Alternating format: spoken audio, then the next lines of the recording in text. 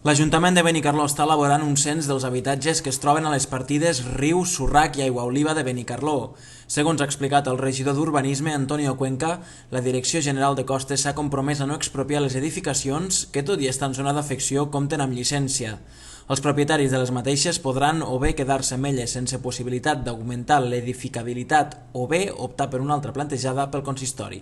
Quiero dar la posibilidad de que aquellas personas que quieran estar ahora lo pueden hacer durante 30 años y a partir de los 30 años hacerle la reserva ahora de suelo para que a los 30 años se puedan trasladar arriba y tener el aprovechamiento que le corresponde.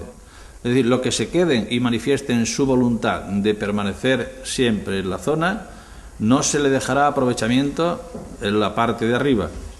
Lo que manifiesten su disponibilidad de quedarse durante 30 años en la zona y luego poder pasar arriba, se le dejarà la reserva de suelo necesaria para conseguir su aprovechamiento.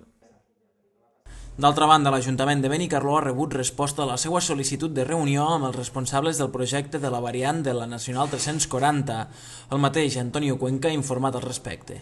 Están de acuerdo en que se pueden hacer las reuniones que se consideren, pero que manifiestan que sobre el trazado se mantiene la posición que fue consensuada en su momento. Lo digo para que quede claro de cuál es la dinámica sobre el particular. Des de l'equip de govern també han indicat que el proper 13 de maig arribarà a Benicarló la campanya Aprèn a reciclar, promoguda per la Conselleria de Medi Ambient per fomentar el reciclatge entre els més joves.